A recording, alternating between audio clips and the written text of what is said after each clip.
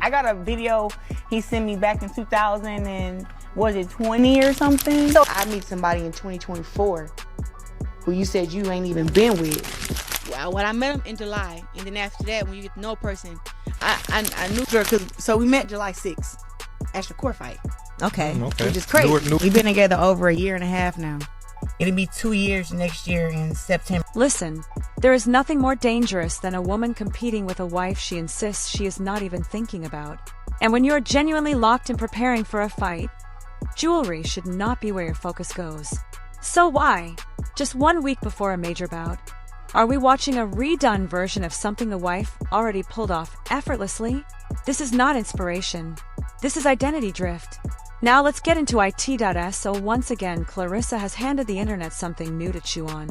But for me, this functions as behavioral data, a psychological case study, if you will. So baby, listen, the internet was not the least bit surprised when she responded to Remy's camp, even though they had not formally addressed her at all.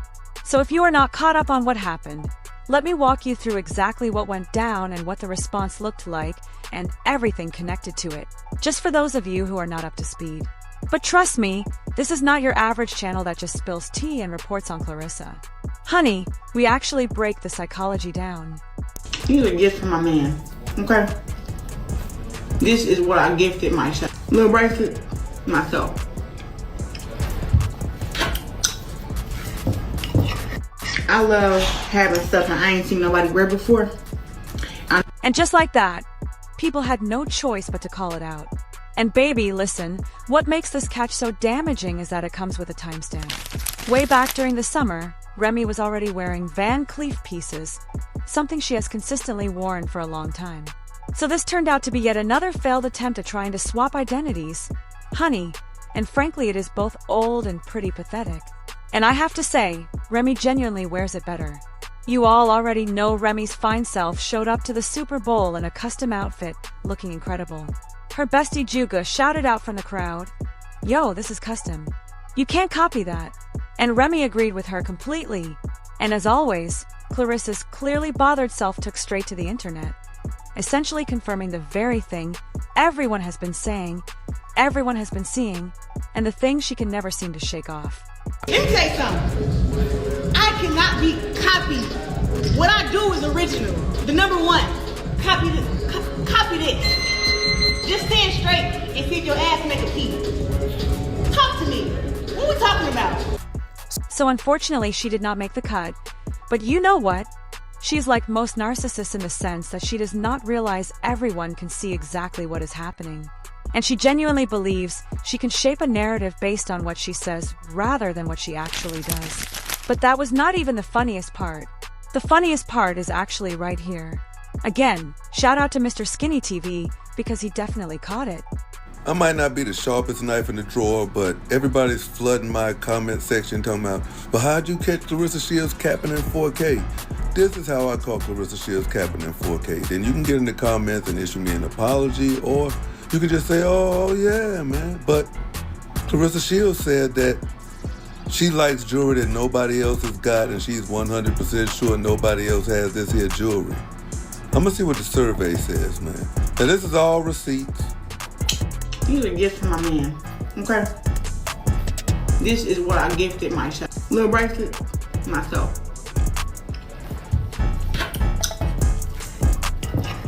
I love having stuff that I ain't seen nobody wear before. Well, here's who's already got it. Baby, it is honestly a shame that Mr. Skinny TV had to be the one to point this out, along with the rest of us also having to point it out repeatedly. But what is even more pathetic is her claiming she does not like having something that someone else already had or has. Baby, you're literally with someone else's man right now. So come with me. Let's rewind back to Valentine's Day, because that is really where the actual comparison Olympics kicked into full gear. We already know documenting absolutely everything has become part of her pattern. Her engagement had to be filmed because he initially surprised her with it. And when I say engagement, I am talking about the first guy she was with, Tony Rich. So if she felt the need to have that recorded purely because she needed the internet to witness it, you already know exactly what kind of energy is going down in this current relationship, because we have seen this play out before. So boom, Valentine's Day rolls around and suddenly there is an entire filming situation happening, practically a full crew. Because under normal circumstances, love does not need to be documented. But you know what does need documentation? Competition. We all saw exactly where he was on Christmas. He was with his wife and his family, and we all saw what happened right after. Baby, you know she completely fell apart over it, acted out, and even bought herself her own gifts. So none of this should come as a surprise to anyone. So the whole Valentine's Day display ended up feeling less like genuine romance and more like a direct response to everything we already witnessed during the helicopter moment. Yes, that was dramatic, but it also came across as extremely performative. It did not feel like intimacy. It felt like a scoreboard. There is a recognizable psychological pattern where a person competes for visibility instead of actually seeking security. When you feel like you are not the primary person in someone's life, you start overcompensating publicly. You need bigger gestures, louder displays of affection, and more documentation, because when love is genuinely solid, it does not require an audience. And that is exactly why this keeps feeling like the comparison Olympics. Christmas spent with a wife, Valentine's Day with a film crew, and let's not even get started on the jewelry mirroring and the caption rebuttals. This is not romance, honey. This is competition. And whenever a public spectacle gets this elaborate, you have to start asking yourself who is actually benefiting from all of this optics. The saddest part of all of this is that she does not have to do any of it. She's talented. She is accomplished, baby. She is fully decorated in her own right.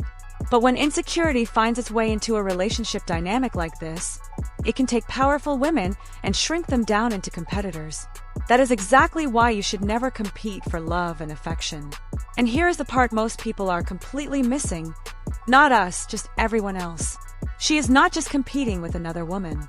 She is competing with an entire brand. Let me break this down for you. Remy and Papoose spent years building what became known as Black Love branding. I am talking documentaries, podcast interviews, major magazine features, red carpet appearances, reality television, and a massive archive across social media. There are literally thousands of visual receipts documenting their romance. Baby, when you step into a situation like that, especially as the other woman, you are not simply dating a man. You are walking directly into an already established emotional archive. And when that archive has already been presented to the public as aspirational Black love, you are not just competing for affection. Baby, you are competing with nostalgia itself. So a Valentine's Day with a film crew does not feel random at all. It feels like an attempt to manufacture new footage, a new narrative, new memories meant to compete against the old ones. But here is the real issue. You cannot outproduce an entire decade of organic, naturally built branding with a handful of dramatic gestures. Because established love stories are not built overnight. They are layered and developed over time. Honey, this is exactly why this keeps reading as the comparison Olympics. Not because she lacks anything personally, but because she is attempting to outshine a story that has already been cemented in people's minds. And here is what makes this so genuinely sad to watch. She has accomplished more than enough to build her own narrative from the ground up. But instead of creating something entirely new, she is trying to rewrite something that is already firmly established. And because they are not actually divorced, honey, that history is already set in stone. You can compete with the woman herself, but competing with history, baby, that is a battle you simply cannot win. And this is where it starts to genuinely concern me, because this stops being about Valentine's Day. It stops being about boots, coats, and jewelry, and it starts becoming about her overall pattern, the pattern of comparison, of overcorrection, and this ongoing pattern of trying to outshine an already established story instead of building her own brand and her own relationship for that matter. And honestly, who among us can look at this entire styled moment with her in the fur, the boots, the jeans, the tank top, and not immediately see Remy Ma reflected in the whole equation? It is so painfully obvious and almost pathetic. The way she keeps handing vloggers the perfect setup to drag her is honestly wild.